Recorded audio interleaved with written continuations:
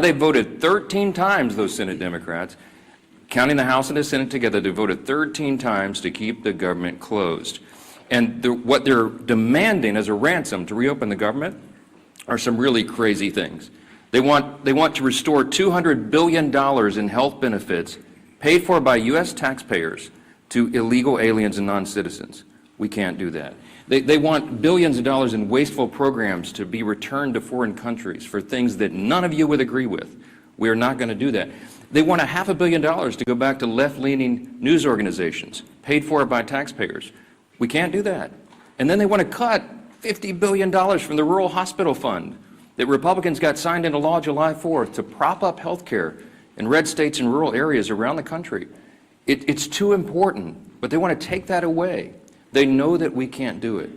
And now that they've begun to admit what this is all about, thanks, Lee, you put it on the thing there. They're admitting what they're up to. Chuck Schumer said every day of the shutdown gets better for us, meaning the Democrat Party. And you know, we had the second-ranked Democrat in the House, the minority whip, who just said a few days ago, the end of last week, that we know that this is causing great pain for the American people, but we have to use this leverage. We don't have many times where we have leverage like this. And so they've shown you what the real motivation is. But ultimately, why are they doing all that? Let me summarize this really quickly, as simply as I can, for the civic students back home. Republicans are not demanding anything, literally nothing. All we want is to reopen the government.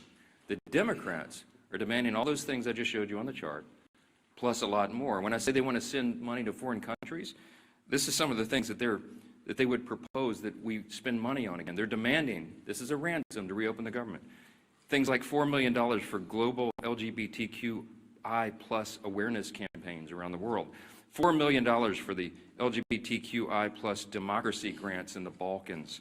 They want $2 million for feminist democratic principles projects in Africa. We're not doing that. But again, the question is why? Why? This sounds crazy. It is. Why would they do this?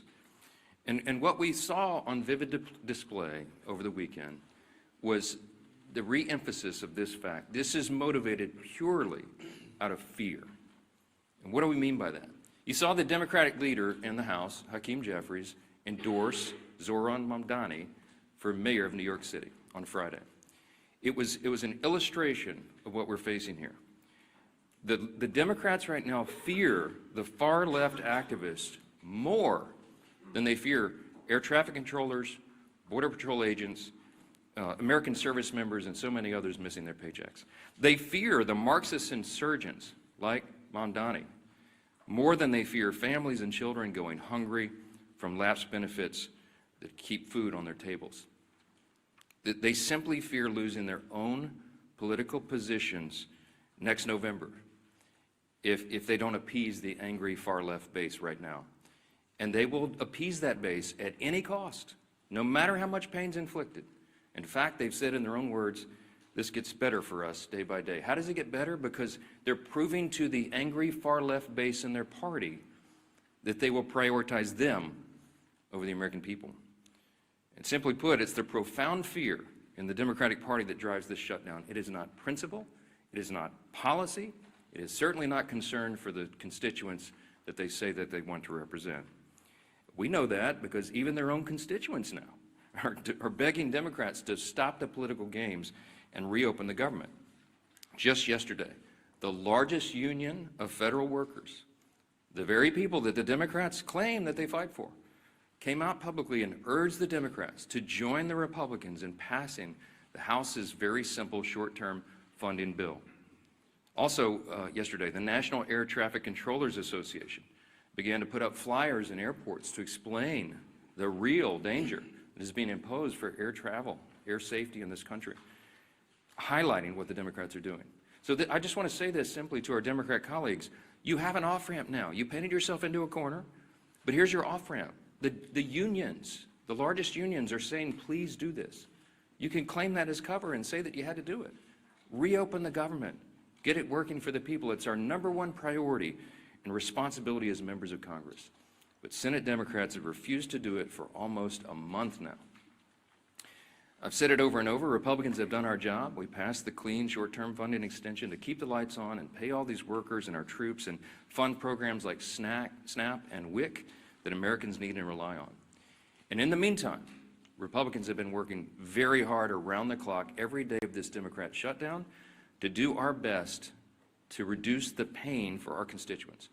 In our districts, we've got a video running over here just showing some highlights of what all the House Republicans are doing and have been doing for the last few weeks. Out in their districts, they're trying to help Americans navigate the crisis that the Democrats have created with their selfish political decisions. Here's a few more examples this morning we wanted to highlight. In Montana, Congressman Troy Downing, these are all Republicans doing work back home. He's met directly with his TSA officers and air traffic controllers who continue to show up to work while Democrats keep the government closed. In New York, Congresswoman Nicole Maliotakis has been working around the clock, hand in hand, for example, with her local national park officials to organize community cleanups and maintain our public lands, doing the work Democrats left behind as park rangers and visitors' staff remain furloughed under their shutdown. In Sullivan County, Indiana, and down in South Texas, you have Congressman Mark Messmer and Brian Babin. They've strategized with rural hospital leaders to ensure that these communities are able to access that $50 billion rural hospital fund, by the way, that the Democrats want to defund. It's the very funds that the Democrats worked hard to kill in their counterproposal to reopen the government. In South Carolina, Congresswoman Sherry Biggs has been meeting with her small business owners who continue to serve their communities, many of whom are already feeling the benefits from Republicans' work to deliver no tax on tips. We did that in the big, beautiful bill, the Working Families Tax Cut. It's a wildly popular measure that, by the way, every Democrat voted against. In Oregon, Congressman Cliff Bentz is meeting with his air traffic officials as they wait on Democrats to reopen the government and deliver the federal funds they need to expand that region's critical air travel infrastructure. And here in Washington, the work has gone on in earnest as well. People keep commenting to me, you look so tired on TV. I am so tired because we're not sleeping a lot. We're working overtime. Here in Washington, our House committees have continued to conference together and do all the work we can to ensure legislation is ready for the floor for action as soon as we get back to legislative session. The House also continues to carry out its essential oversight duties. And you'll be reporting on this all day, report now, on the Biden auto pen presidency. And this report includes 47 hours worth of transcripts and testimony revealing that every executive action signed by the auto pen without written authorization from President Biden should be voided. This is an unprecedented situation in American politics and government. The actions of President Biden simply were not all his own actions, and there are major implications to that, including all the pardons that he signed. But don't get me started. Okay, on Friday, the Energy and Commerce Chairman, Brett Guthrie, these are all Republican actions, he launched a bipartisan investigation into the NBA's handling of betting and illegal gambling allegations following the recent shocking reports that raised questions and integrity concerns. And as we covered last week, the House Oversight Committee also delivered its third batch of files from the Epstein investigation, now totaling 43,000 pages and documents, pieces of evidence, including personal flight logs, financial ledgers, daily calendars, and diaries of Epstein himself. Republicans are here in Washington, and we're out in our district, fanned out across the country, doing good work on behalf of the people we serve and represent. And what are the Democrats doing? You've seen it. They're posting TikTok videos. They're bragging about using the American people's pain as their political leverage. And House Republicans are taking this day by day, just like the rest of the country. We have our House Republicans on a 48-hour return notice so they can get back, understanding that some flights may well be delayed. But to get everybody back here as soon as possible, as soon as the Democrats decide to do the right thing and reopen the government, we will get back to immediate and urgent and necessary business on the House floor itself. We're anxious to get back to that, but we cannot have a regular legislative session until the Democrats do their most basic responsibility to reopen the government and get this moving again. So today we're fortunate to be joined by several of our good friends and colleagues here, all members of the Republican Study Committee, and the chairman of that committee, the largest caucus of conservatives in Congress, is Representative August Pfluger, from Texas, and we're glad to have him as well. He's going to share a little bit about the reckless decision of the Democrats and what that means for military readiness and families all across this country. We are so grateful for these great members and their leadership. August will reference who's here, and then we'll take some questions. So, Chairman Pfluger. Thank you, Speaker. Sure. Speaker, you're doing a great job, and I think we all know that today's Democrat Party is not the party of JFK, who once famously said, "Ask not what your country can do for you, but what you can do for your country." Instead, today, Democrats under Schumer and Clark and Mondami are saying, "Ask not what you can do for your country, but who you can leverage for your radical agenda." Ask not what you can do for your country, but who you can leverage for your radical agenda. I'm August Pfluger. I'm chairman of the Republican Study Committee. We have some great members, including Burgess Owens, Stephanie Bice, Harriet Hageman, and Craig Goldman, who are with me. And, you know, it's really sad to think about what Catherine Clark said last week. She said, of course, there will be families that are going to suffer, but this is one of the few leverage times we have. My colleagues stand for families. The Republican Party stands for families because we believe, we know that our greatest asset in this country is the American family, that our country rests on the shoulders of families, that the Republican Party will always advocate for families, that we will look up for families, that we will legislate to prosper families. And instead, the family is only a point of leverage for our Democrat colleagues. How sad is that? You know, I'm thinking about military families right now. I'm thinking about that soldier who is deployed around the globe to keep our country safe, to push back against a threat. And I'm thinking about that phone call that soldier probably received this year, this month, in the last couple of days, asking whether or not they're going to get a paycheck, talking about the new baby at home, trying to figure out if they're going to be able to pay their rent or even buy some groceries or put gas in the car. I was there. I'm a veteran. I've been serving on active duty when shutdowns happened. This is a very stressful time for military families. And commanders right now, instead of being focused on the mission, instead of being focused on the threat, instead of being focused on the training and the exercises that keep our readiness and our lethality at the highest possible levels, now they're focusing all of their attention on making sure that their families of their subordinates, their soldiers and their airmen, their Marines, their sailors, are taken care of, that they actually have the resources. And we have members of the Republican Party who are in our communities right now convening groups of community leaders and banks, food banks, and other resources. Because Schumer has chosen not to pay them, now communities are having to take up with 0% interest bridge loans.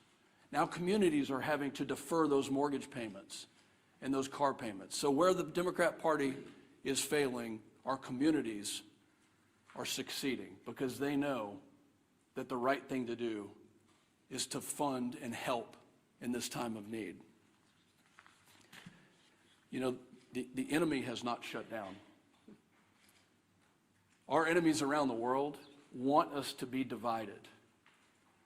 I'm calling on my colleagues on the other side of the aisle who served in the military to do the right thing.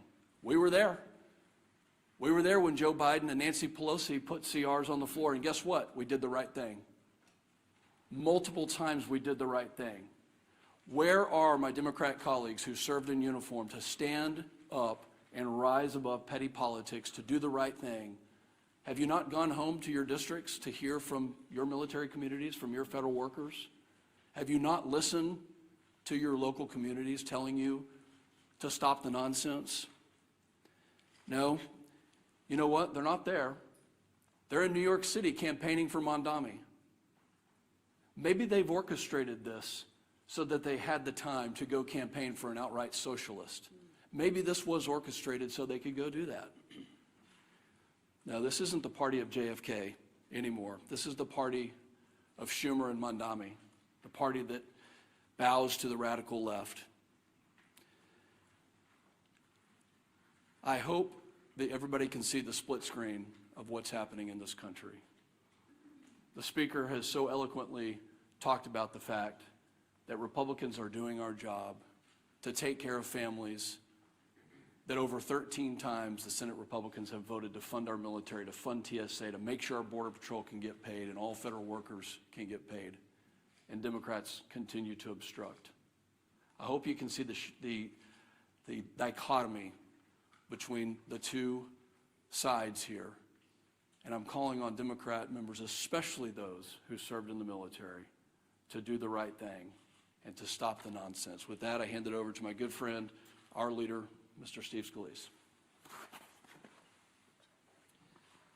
Thank you, Chairman Pfluger. Thank you for your service to our country, especially to all those men and women who are currently serving our nation, whether it be in the military, federal employees that are still working, showing up on their job, but because of Chuck Schumer and Democrats who have bowed to the socialist radicals in their party, those federal workers are not getting paid.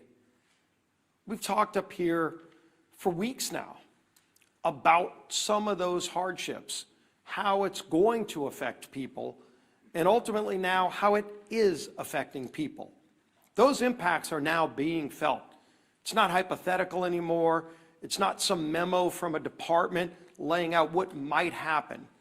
We're starting to hear those stories. You can see, and our conference chair, Lisa McClain, has done a really good job of compiling a lot of the work that's being done by many of our colleagues.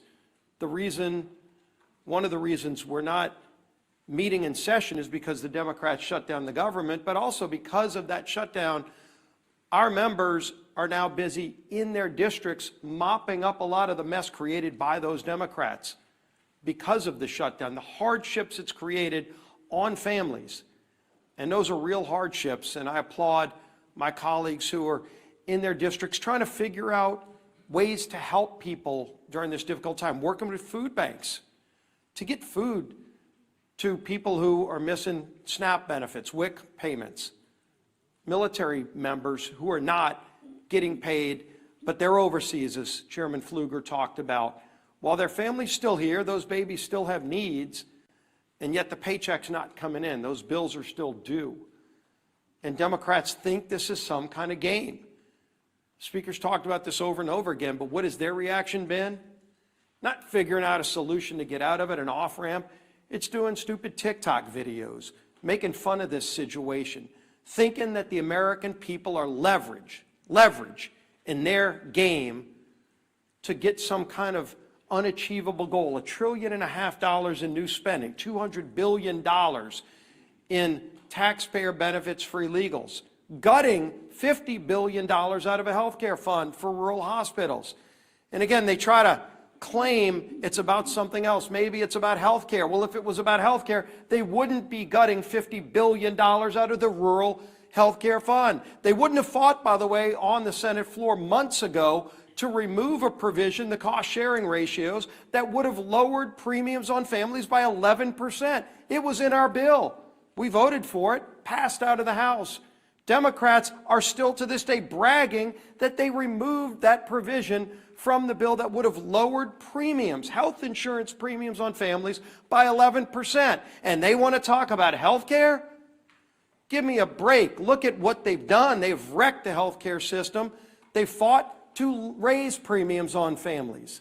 Democrats have over and over again, and now they're imposing real pain on American families with this shutdown. We've got some new numbers that have come in, and these are not good numbers, unfortunately. Reuters reported more than 2,700 flight delayed nationwide on Monday, and more than 8,600 flight delays just Sunday. 8,600 flight delays. Think of how many families were impacted. Every flight, well over 100 people on each one of those 8,600 flights that were delayed, all because Chuck Schumer and radical Democrats want to use American people as leverage. A Democrat aide said they won't concede short of, quote, planes falling out of the sky. Who are these people? Didn't they once care about this great nation and making it better? And now they think if a plane falls out of the sky, that's their leverage? For what? Goodness. Chuck Schumer, quote, every day gets better for us. Who is us? Because I can tell you who them are. The American people are sick and tired of Chuck Schumer and his friends thinking it's a better day for him when they are feeling more pain. Senator Coons, quote, the point of this shutdown is not just suffering for suffering's sake, but to make a point, as if suffering of the American people is not enough. We've heard, of course, over and over again, Catherine Clark, shutdowns are terrible. Of course, there will be families that are going to suffer, but it is one of the few leverage times we have. They keep saying over and over again, they know American people are suffering. They don't care. They want leverage for themselves. They want to show off to their radical socialist base. Bernie, of course, Bernie Sanders, who was on the stage with AOC over with Mandami the other day with their socialist love fest. Bernie, quote, you reopen the government and we lose our leverage. That's what this whole shutdown is about. They're telling you what they mean. Democrat source in the Hill article last week that we talked about, quote, we would have enough votes to reopen the government if people were not terrified of getting the guillotine.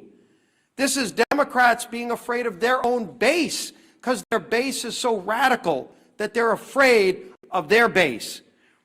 The American Federation of Government Employees, we talked about this yesterday, came out and said, quote, it's time to pass a clean continuing resolution and end this shutdown today. No half measures and no gamesmanship. Rep. Amelia Sykes said, quote, we know that people are going to suffer if we don't open the government. People will go hungry. Well, she knows it. She's causing that hunger, but let's put a point on this.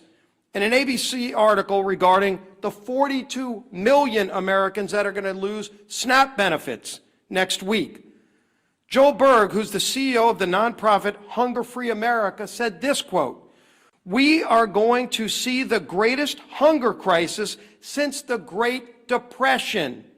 And that's not hyperbole, that's just true. The greatest hunger crisis since the Great Depression, when 42 million people lose their SNAP benefits this weekend. What are these Democrats waiting for? This is not a game. This is not leverage. They're taking food off the table for families, for babies. It's disgusting. It's time to end the madness. They can go on the Senate floor today. Just 5 of them need to get courage. Just 5 of them need to get the courage to do the right thing and open the government today and end this pain and end the suffering that they've caused. Then we can go negotiate our differences. Yield to the whip. Tom Emmer.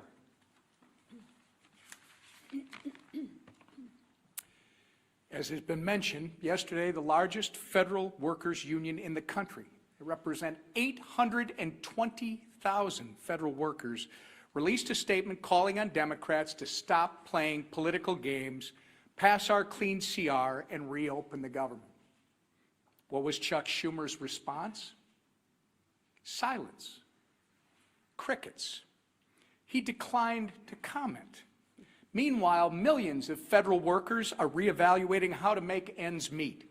Air traffic controllers missed their first full paycheck today. Some are turning to food banks, as we've discussed, in order to feed their families. Here is what one Democrat and retired federal worker had to say about the current state of play. Quote, the Democrats are the ones that actually, in the Senate side, shut down the government. So they have to get together and stop holding Americans hostage. We're about to have people without food, and that's ridiculous. It's not worth it. Remember, that's coming from a Democrat and retired federal worker.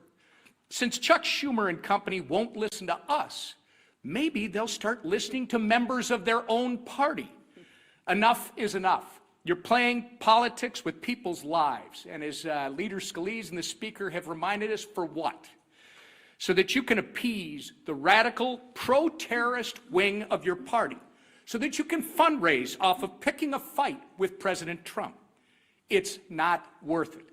In fact, it's despicable and downright wrong.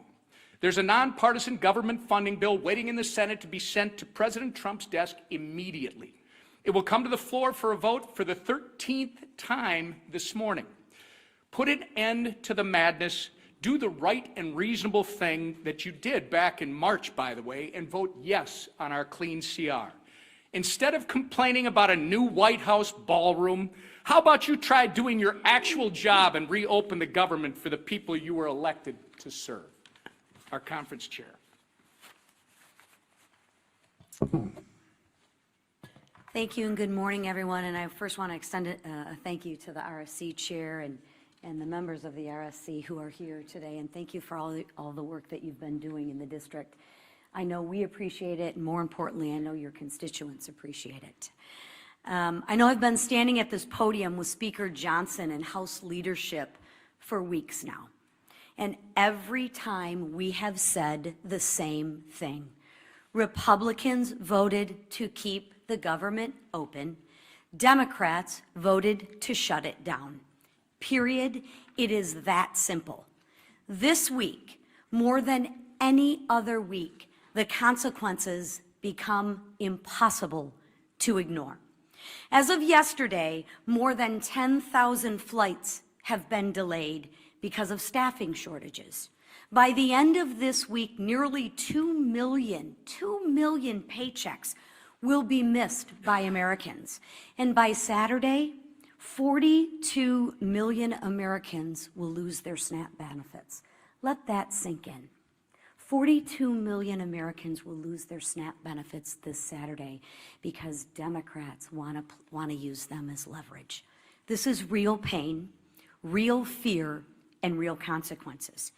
And Democrats are using that as political leverage. And leverage for what? Ask them this. Leverage for what?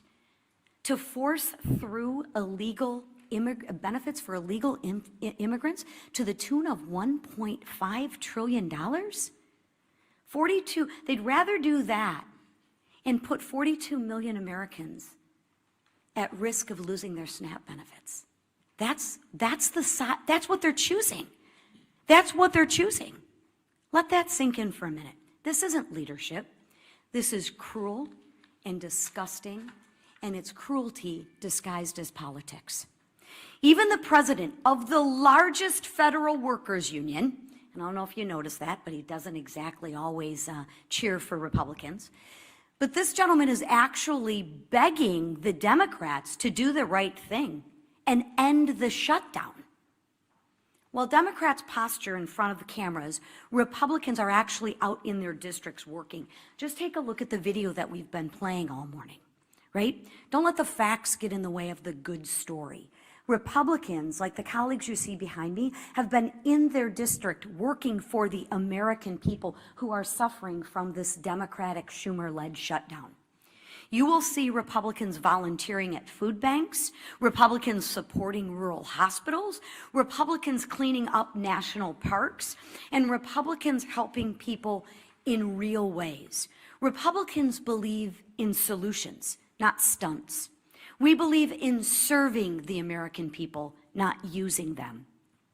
So while Democrats try to turn American hardship into political currency, Republicans are working to reopen the government, to restore paychecks, and bring stability back to American families. Because this isn't about leverage, it's about people. And we are here to serve. It's about time the Democrats remember who they serve. Thank you. All right, questions? Go ahead first. Go ahead. Earlier this week, President Trump floated running for president again in 2028. Are you comfortable with those comments, and you're a constitutional lawyer, with that violating? Well, there is the 22nd Amendment. I spoke with the president about an hour ago. It's late in the evening in Japan. He's working around the clock, serving the American people. He doesn't stop. Talk about someone who works around the clock. And as Chairman Pfluger mentioned a moment ago, and as we've reiterated in here so many times, you're looking at the split screen because under President Trump, the Republican Party has delivered. I mean, you're talking about reducing taxes, reducing regulations, cutting fraud, waste, and abuse, ended the border crisis, ending the crime crisis, resolving conflicts, wars around the globe. and working on these amazing trade agreements. It's been a great run. But I think the President knows, and he and I have talked about the constrictions of the Constitution, as much as so many of the American people lament that. The Trump 2028 cap is one of the most popular that's ever been produced, and he has a good time with that, trolling the Democrats whose hair is on fire about the very prospect. But I do believe that we've got 3 extraordinary years ahead of us, and the 2 years of the Trump administration are going to be an incredible thing. And I don't see a way to amend the Constitution because it takes about 10 years to do that, as you all know, to allow all the states to ratify what 2/3 of the House and 3/4 of the states would approve. So I don't see the path for that, but I can tell you that we are not going to take our foot off the gas pedal. We're going to deliver for the American people, and we've got a great run ahead of us. We'll have 4 strong years. Yeah, second round. The White House was able to find funding for the military, for WIC, for farmers. Should the White House now be able to find some funding for the SNAP program if they've done it for all these other ones? They certainly tried. I mean, one of the reasons that this shutdown has not yet been as painful as it might otherwise have been is because the President is bent over backwards, the administration. Think of it this way. The White House, the executive branch in a shutdown, has a large control panel full of dials. Under the Obama administration, they turned those dials, the pain dials, to 10 immediately. You remember it was so egregious to us, speaking of our veterans. I mean, they put yellow crime tape around the World War II memorial so that people who would serve their country could not go visit the memorial. They wanted it to hurt. The Democrats have shown, and they've said in their own words, this is leverage. It gets better for them every day. They don't mind inflicting pain on the American people if they can somehow get some sort of political points out of it.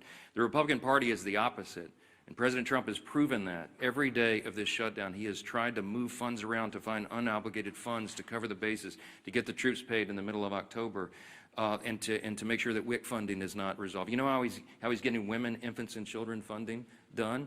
They did some very creative legal research I've quite admired. They found a statute in the 1930s that they could use to say that some of the tariff revenue could be used to cover nutrition because so much of that was transported over the border. So they've done some creative, amazing things to mitigate, to lessen the pain as much as possible. We've been out all over the country, all these Republicans.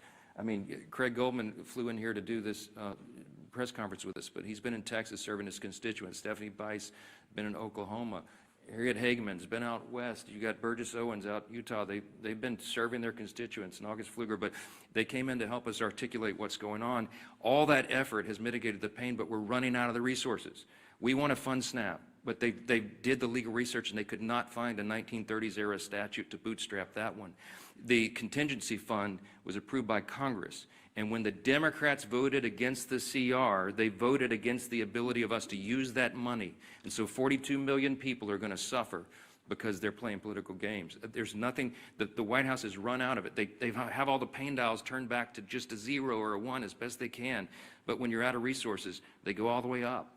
And it's out of their hands, it's out of our hands, and that's why we're so frustrated. You don't see the happy warrior Steve Scalise pound the podium very often. But we're angry about this. We're frustrated. We should be, because it's wrong for the people, and all of you should be angry about it as well. And I know many of you are. Yeah, Ray. What's your reaction to yesterday's purge of senior ICE officials from field offices around the country? Are you worried that that's going to result in less experienced leadership at ICE? And again, when is it time for Congress to do some oversight? I don't know any of the details of that yet. I just heard about that literally. I was walking in, so I'm not going to comment on it until I find out the details. I know some of these things get misportrayed. Yeah, back row. Yeah. On the auto pen investigation and the Oversight Committee's report that was released this morning, some Senate Republicans have suggested that perhaps there isn't a legal avenue to void the pardons that were signed by the auto pen and these executive authorities. Do you think that there is a legal avenue? That's what the investigation concluded, that any of those executive actions that were signed by the auto pen and the Biden administration should be void. Do you think that's possible? Nothing this incredible and insane has happened before. This was not something that the forefathers anticipated. It's unprecedented. There is no legal precedent because no previous president had an auto pen or had the audacity to have people signing things on their behalf when they didn't even know what was in it. And so we're in uncharted waters as a nation. As we say up here all the time, we're so tired of making history. I just want normal times, normal Congress again. But the Biden administration was unprecedented in so many ways, and the president was checked out of his job for quite some time, and everybody knows it. And there was a cover-up. The people around him who were they would give him scripts to follow. They would point him literally in the direction, stand here, sir, wave like this. And he didn't know what he was signing. So there's all sorts of just incredible implications. It sounds like a terrible novel or something, but this is reality. And so the pardons, for example, he pardoned categories of violent criminals and turned them loose on the streets. And he didn't even know what the categories were, apparently, much less the individual people that he pardoned. They're invalid on their face. I mean, I used to be a constitutional law litigator. I would love to take this case and go into the courts and make that law to set the precedent. You can't allow a president to check out and have unelected, unaccountable, faceless people making massive decisions for the country. Think of the executive orders that were signed with the auto pen. When he paused LNG exports, liquefied natural gas, to our European allies around the world, I confronted him about it, by the way, the one meeting they allowed me to have with him as Speaker in the Oval. And he looked at me as if it hadn't happened, and he said, I didn't do that. And it occurred to me, he wasn't lying. He honestly didn't know. Do you know what the implications of pausing LNG exports were around the world? It made all of our European allies had to buy their natural gas from Vladimir Putin, which fueled his war machine, to go, conduct his war on Ukraine. It destabilized our energy sector, and it had us step back 3 or 4 steps of energy dominance around the world. Thankfully, we're back now because we have a commander-in-chief who's fully in command and understands the necessity, energy policy being national security policy. I could go on and on and on in every category. Huge implications. What does it mean for us? How do you unwind it? I don't know. But it will be determined in the courts ultimately. And these are unprecedented cases of first impression, as we say, because it's never been tested before. But man, is it dangerous stuff. Front row. Because you win the boot game today. Go ahead. Norman, Your Honor. I'm curious, you guys, a lot of you were talking about the government unions demanding that Democrats reopen the government at this point. Do you think that that is building on President Trump's gains with labor unions for the 2024 election? Do you think that this is a sign of a different relationship between House and Senate Republicans and federal government employees? Do you welcome these people in your tent? Of course. Claims that these are not traditional allies of yours in a lot of... President Trump and the Republican Party achieved some very important historic things in the last election cycle. We had a true demographic shift in the election. We had a record number of Hispanic and Latino voters, for example, who came into the Republican Party, record number of African-American black voters, Jewish voters, union workers, young people, demographics that had not traditionally in recent years been with the Republican Party in large numbers. And they came to us not reluctantly, but with hopeful anticipation. Why? Because they wanted a return to common sense. And they saw what the other party had done to them with their terrible policies and their terrible ideas and the radical, woke, Marxist, progressive agenda, and they realized it didn't work for them. So they came to us and they said, can you do better? Well, we did. We have. And we passed the one big, beautiful bill, the Working Families Tax Cut, and all of our legislation and everything the President's done with executive orders, fulfilling his promises, are codifying those things and doing the rest of our legislative agenda, which is being held up right now because of this. We're delivering for those people. So it is not a surprise to me that union workers would come enthusiastically supporting common sense. What we're asking for here is common sense. They're supporting the party. They're supporting the president because they know who's working for the American people and who is not, who is causing and inflicting pain on the American people. The contrast has never been more clear. We say all the time, this is not your father's Democratic Party. I grew up in Louisiana. When I was a kid, I didn't even know a Republican. Literally, like everybody was Democrat. And, the Southern Democrats, conservative Democrats down in Louisiana. That party doesn't exist anymore. My grandfather would not recognize what this party has become. He would clearly, they'd all be Republicans because the Republicans stand on the side of common sense and working families, hardworking, middle class, lower class earners in the country. We drafted the Working Families Tax Cut to be geared for them, to help them. And we infused the legislation with all this pro-growth policies so that all boats will rise. People see that. They see the effects. Ideas have consequences, my friends.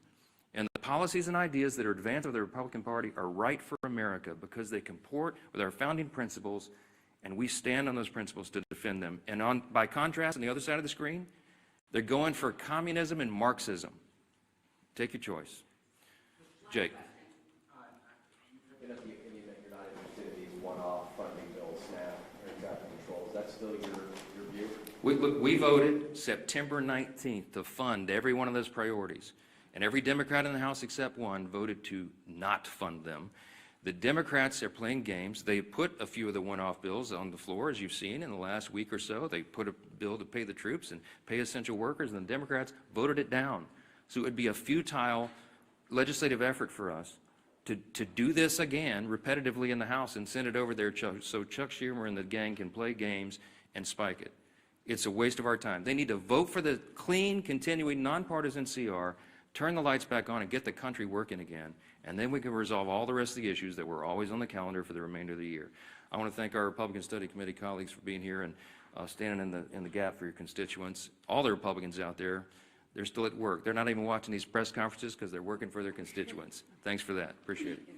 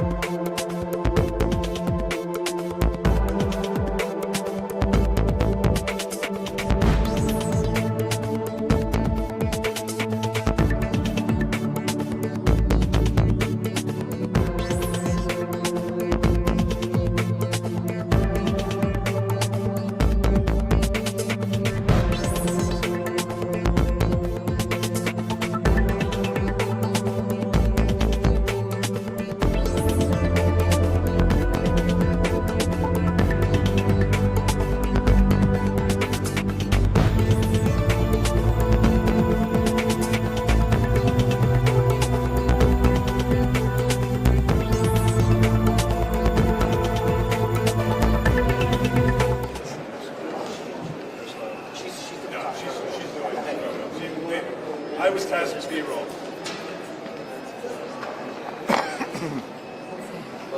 You want us closer?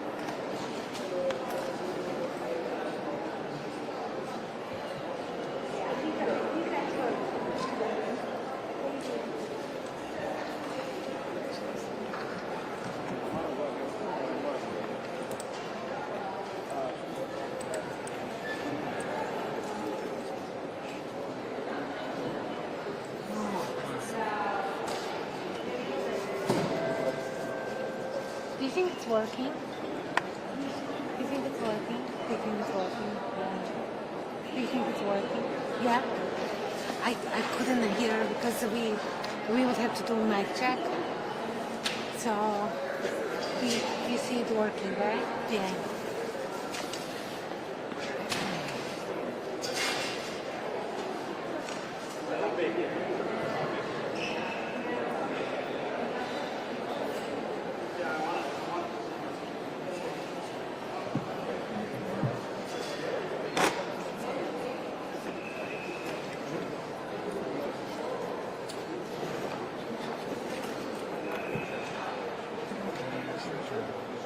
We do a nice mic check.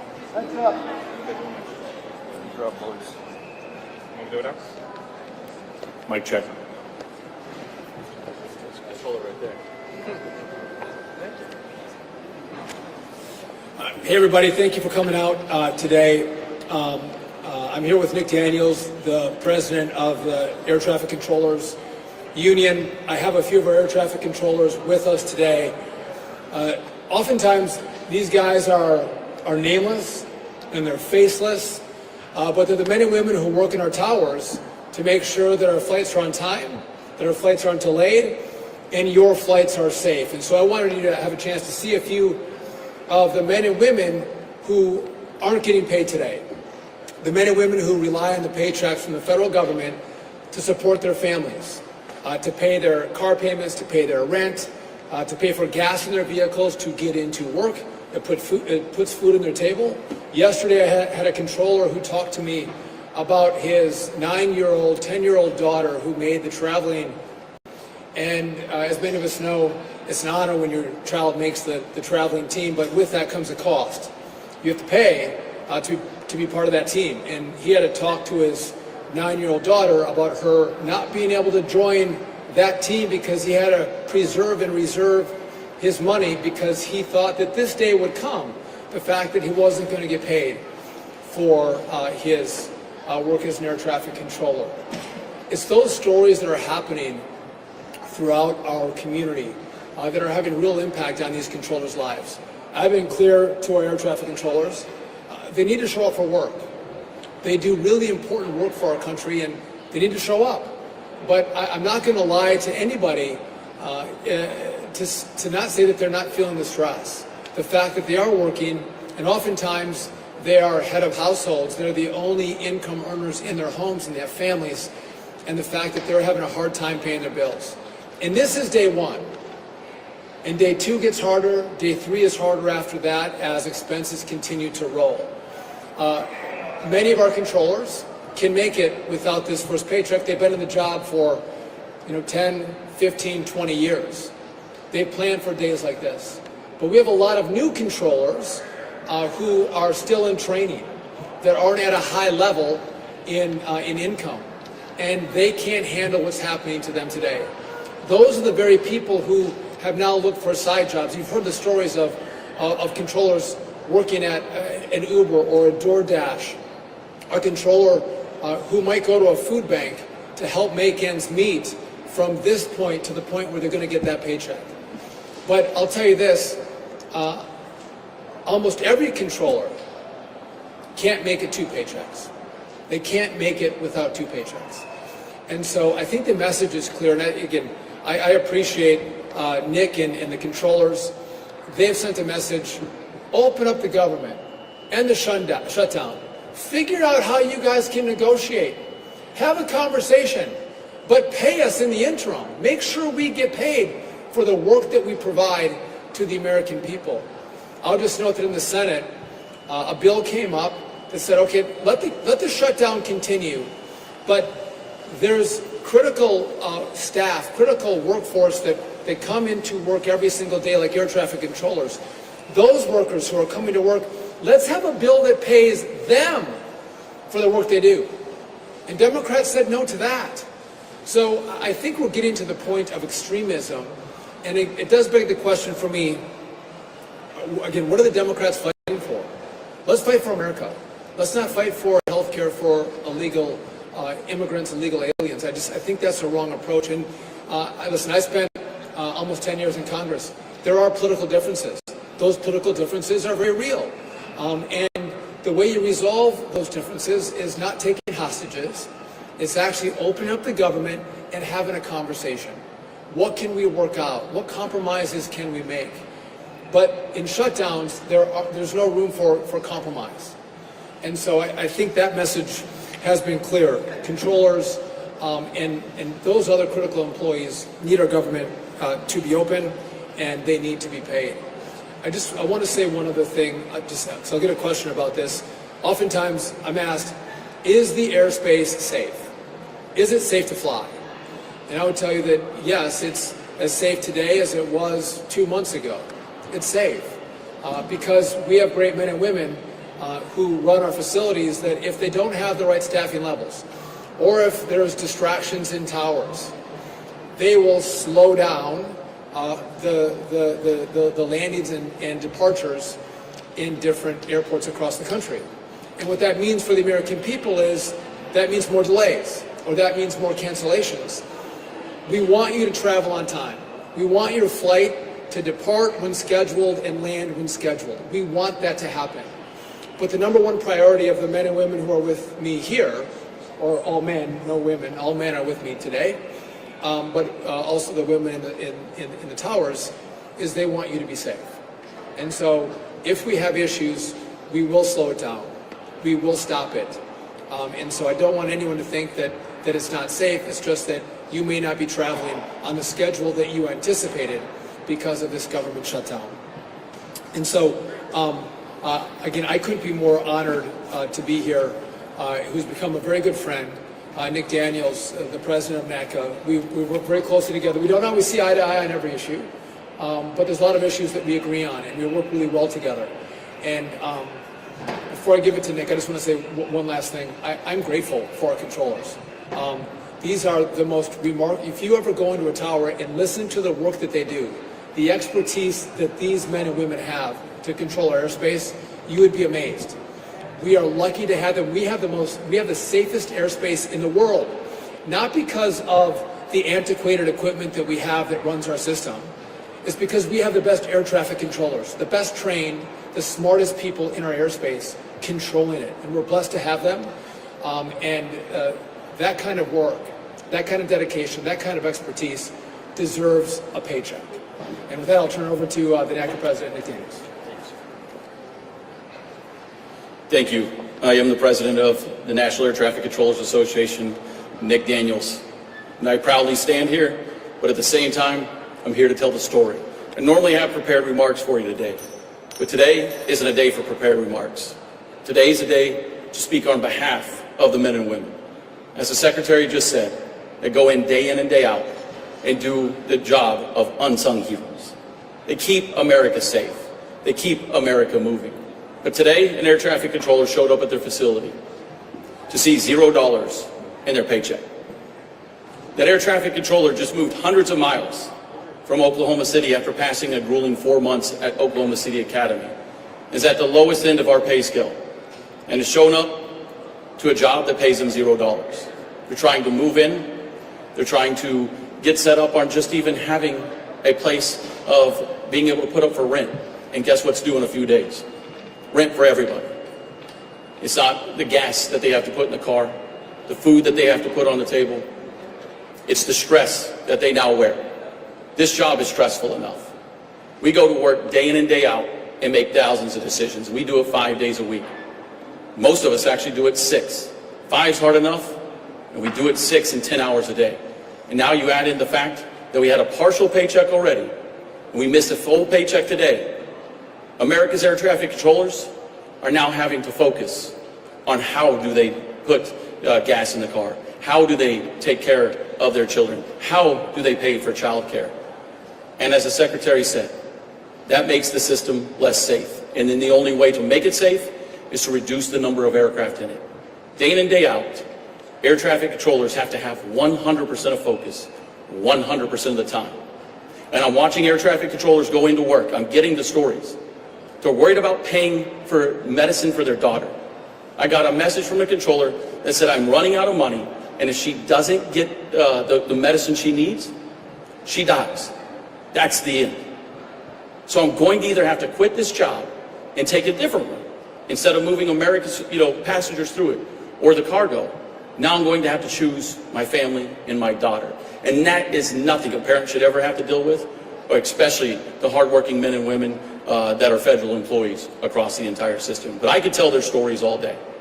I could sit up here and tell you time and time again that they should never work a side job, that they should never get off a night shift and then go wait tables, and then go move the commerce and people through this airspace. But you can hear it from an air traffic controller yourself. I'll give you Joe Segreto out of N90. Joe. Thank you, Secretary Duffy and Nick. I'm going to echo a lot of what those two just said, but the pressure is real. Speaking on behalf of the air traffic controllers in the New York area, the most congested, complex airspace, arguably in the NAS, the pressure is real. We have people trying to keep these airplanes safe. We have trainees that are trying to learn a new job that is very fast-paced, very stressful, very complex, now having to worry about how they're going to pay bills. Just a story that happened to me yesterday. Somebody came to me and said, Joe, I have a question for you. I said, what's that? I need your advice. What am I to do?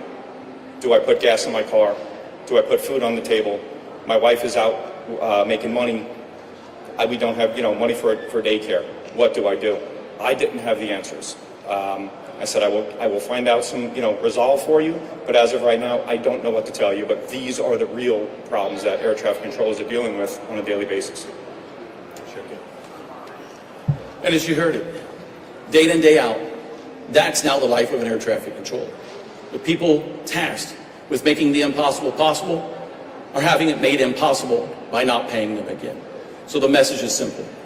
In the shutdown today, there is no excuse that these hardworking men and women are showing up to do this job and to not ever know when they're going to get paid again. So we need America's help, we need you to stand up, and we need you to say, enough is enough in this shutdown and ensure that we can move this forward, because we do not want to be up here telling you the sad stories. We want to be up here telling you how we're moving this system forward, how we're bringing in more air traffic controllers than ever, how we're modernizing this system to serve the American people.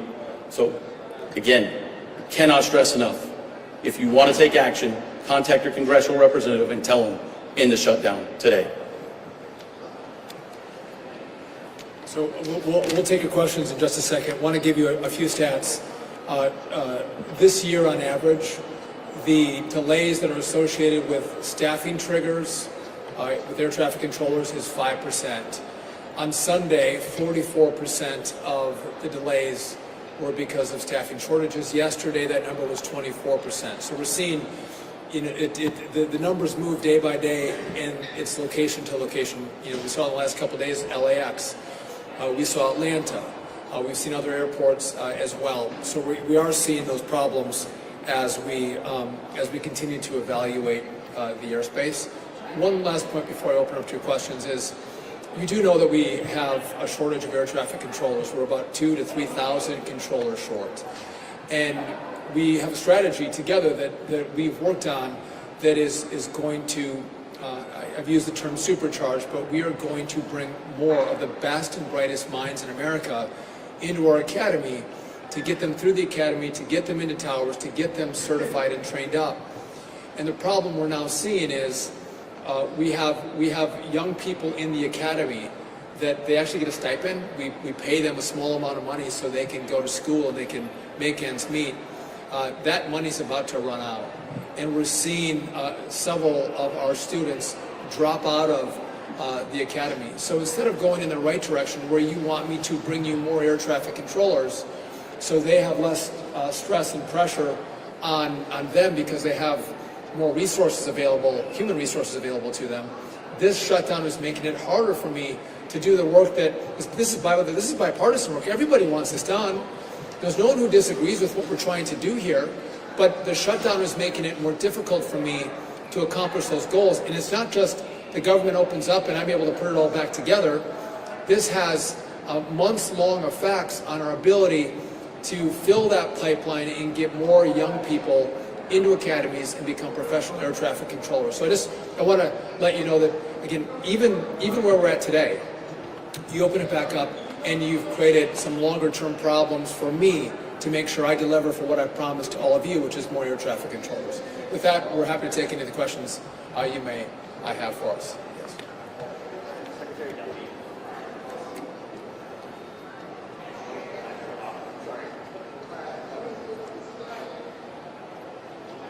I can just ask the question. Yes. We made a concerted effort to recruit more air traffic controllers. We concerted all of these government shutdown. Air traffic controllers working without pay could deter those efforts to recruit people. And what are you telling people who you're trying to recruit? So our instructors at the academy, they're not being paid. And the fact that our controllers in the academy may lose their stipend, we tried to plan for this. We tried to preserve as much money as possible. We have about a week left of dollars. But yeah, no, I'm very concerned about what this does for our pipeline. The president has said, and I agree with President Trump, like we have here, I want the best and the brightest. I want the smartest people to come in and control our airspace. And if you see that you pick a career where you may not be paid for a partial payment one paycheck, the next paycheck you're not paid, and maybe a third, that'll make you rethink, do I want to go into this profession? Not only that, when we have new controllers that are being trained up, they don't make a lot of money. It's a base pay that they get, and they're having a hard time making ends meet on the pay itself. You take that minimal pay away, and they throw their hands up. They don't know how they're going to navigate it. So this truly can drive people, and we've seen a few times that it has. It drives people out of a profession where we're trying to build more numbers as opposed to the shutdown taking numbers away from us. Yes? If you just want to yell it at me, I don't know. Hi, quick question.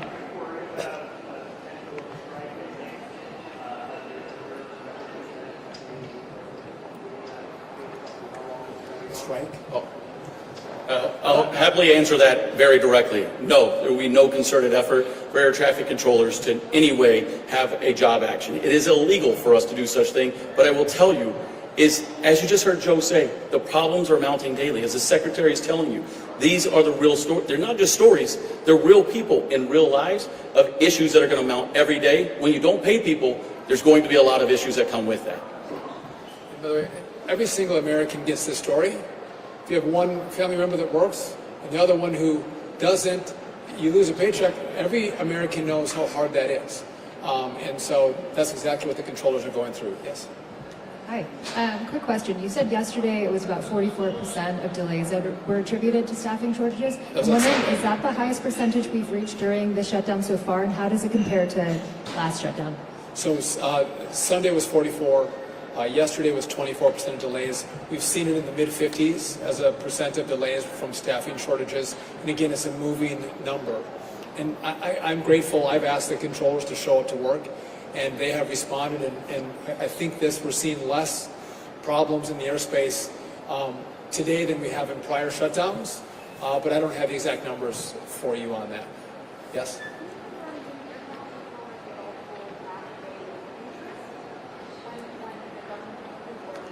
So this is a conversation that the Congress will have. Traditionally, they get their back pay not with interest.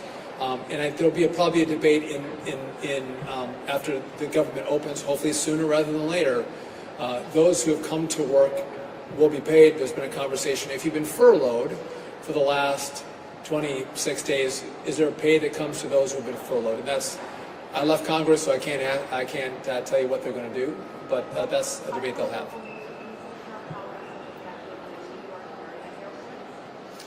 So again, so the New York area airports, we have seen staffing shortages, probably more at N90 than in our towers.